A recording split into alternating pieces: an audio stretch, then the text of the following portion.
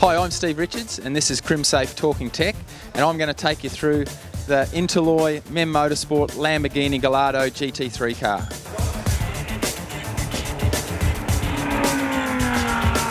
So let's come and have a look at the Lamborghini and what it entails to be a GT3 car. The body itself starts life as a production car, but then from then on it is a total race package. As you can see, the GT3 specification cars use a parity system of weight and restriction size to ensure parity between the manufacturers, because you've got so many different marques. You've got Mercedes SLS V8, Lamborghini V10, Ferrari V8, and we have to try and get equal parity between these two cars. So some of the ways that this is worked on, aside from restriction and weight, is the aerodynamic package. These cars, in comparison to V8 supercars, have a lot more downforce. They produce a lot of aerodynamic downforce created by things like these dive planes. The splitter here is massive. Underneath here there's a huge floor tray that generates downforce. The floor of the car underneath is very flat. Another important part of the aerodynamics at the rear of the car is the rear wing and the relationship that it has with the diffuser. So the rear wing and diffuser combination, the diffuser draws the air from out underneath the car and creates the downforce, but in essence creates what you'd call a vacuum behind the car here, and depending on the angle of the rear wing, that determines the amount of effectiveness of the diffuser. If you've got more rear wing on the car, the bigger low pressure area it creates and the more it draws air out. But of course that creates drag and slows you down in a straight line. So we're always looking for that compromise between straight line speed and aerodynamic downforce.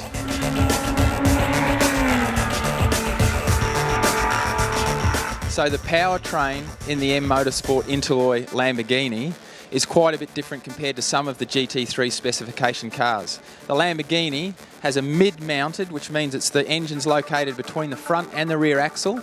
It uses a V10 engine of about 5.4 litre.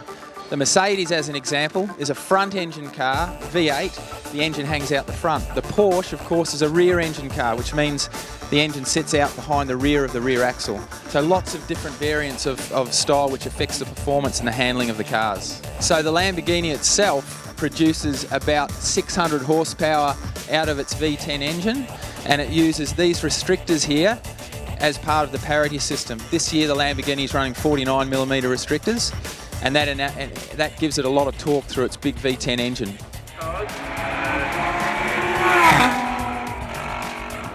As you can see, the Lamborghini exhaust exits out above the rear bumper.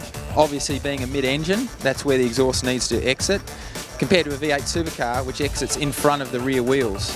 Naturally the Mercedes, something like the Mercedes, a front engine car, it exits out just behind the front wheels. So lots of different configurations for different applications depending on what the car's doing. So if you wanted to know what it's like to sit inside a GT3 specification car, it's probably the closest thing you'll get to driving your PlayStation.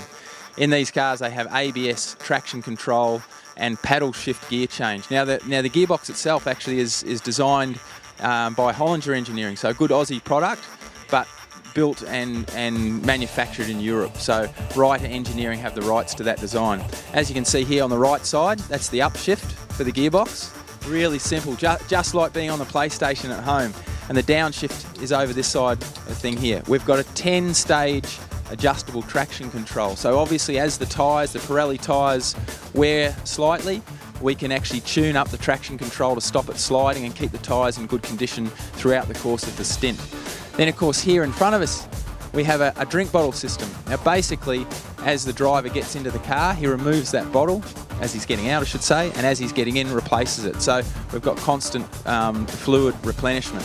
Over in this section here, this big black box, that's our cool suit system. That keeps us nice and cool throughout the race, and that there is designed straight out of an FIA V8 supercar. The Interloy Lamborghini has ABS brakes. The brakes themselves are huge, you can see here by the calipers, and they use a very thick endurance style pad.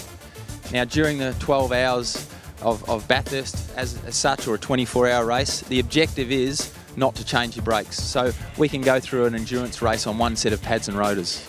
So there you have it. There's the Interloy Lamborghini GT3 car. Now I'm pretty lucky, I get to drive a lot of different cars, from V8 supercars, Porsche Carrera Cup, and now the GT car. And this rates as the best thing we get to drive. Lots of grip, lots of aerodynamic downforce, and plenty of challenges. Buying security screens? Most Crimsafe lookalikes can pop out in just a few seconds, but the real Crimsafe doesn't, thanks to its patented screw clamp. Cheap lookalikes can pop out because they're only held in with a piece of plastic. But Crimsafe screw clamp locks the mesh and spreads the impact. Crimsafe resists attack and corrosion and now has the ultimate warranty, 15 years.